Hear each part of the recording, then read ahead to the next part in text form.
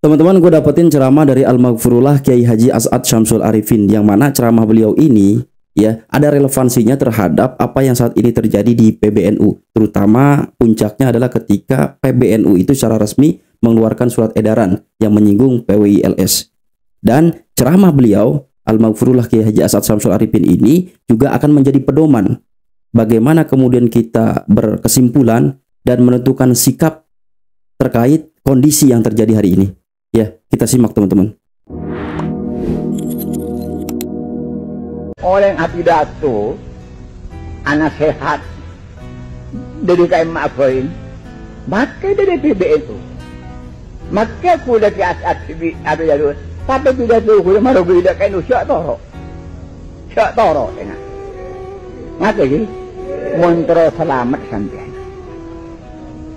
syak toro kuda sekalian tapi salah lopot perang tidak tuh kuda kan marugi NU tak usah sampean panitan pasti syak toro mah syak toro apa ndra syak toro asalana terakhir ngerti sampean nah gini ya.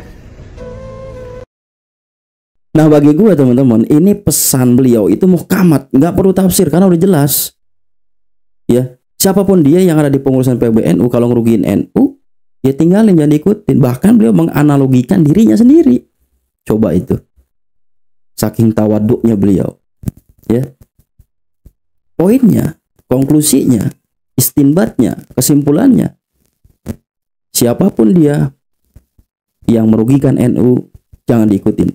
Walaupun dia kepengurusan, walaupun dia dikenal sebagai tokoh.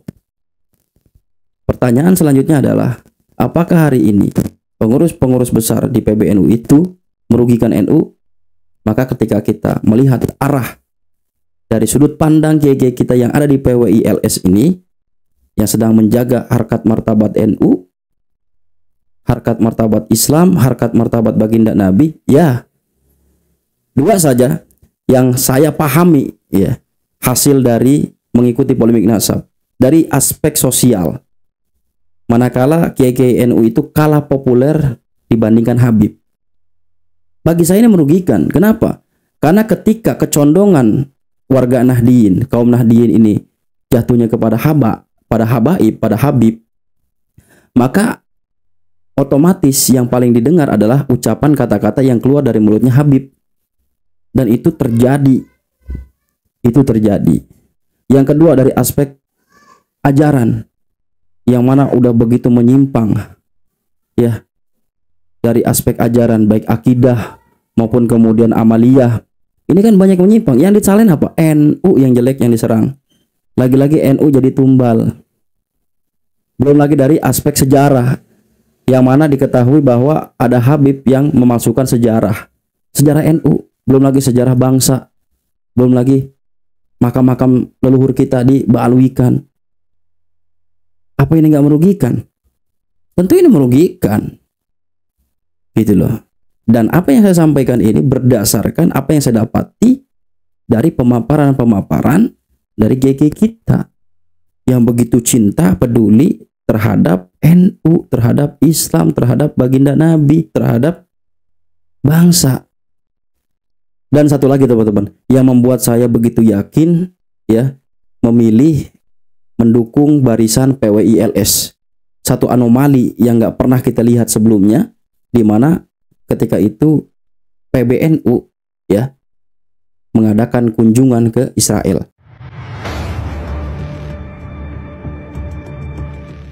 Rekaman pertemuan Ketua Umum PBNU Yahya Khalil Stakuf dengan Perdana Menteri Israel Benjamin Netanyahu menghebohkan dunia media sosial. Melansir dari detik.com 16 Juli 2024, pria yang akrab disapa Gus Yahya menyebut pertemuan yang terjadi pada tahun 2018 atas nama pribadi dan tidak membawa-bawa Nahdlatul Ulama.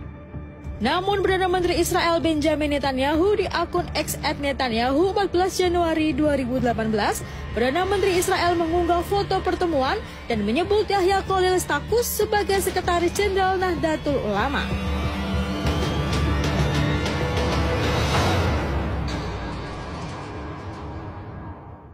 Dalam hal ini PBNU kan bela Habib, jelas ya kan? pembelaannya itu kepada Habib. Habib kita ketahui secara genetik mereka itu adalah keturunan Yahudi Askenazi. Bahkan salah satu Habib kita ketahui yang sekarang menjadi ketua organisasi Jatma Aswaja itu memiliki haplogrup yang sama dengan ketuanya Benyamin Netanyahu. Nah, sekarang silakan ya berspekulasi sendiri, berkesimpulan sendiri. Oke, saya rasa kita akan paham dengan apa yang terjadi hari ini, teman-teman. Dan inilah yang membuat saya yakin saya mendukung barisan PWI LS dan kiai-kiai yang saat ini berjuang menjaga harkat martabat bangsa agama NU itu sendiri. Oke, mungkin ini yang dapat saya sampaikan. Mudah-mudahan ini jadi alat buat kita mikir. Ya, hadanallahu wa iyyakum ajmain. Wassalamualaikum warahmatullahi wabarakatuh.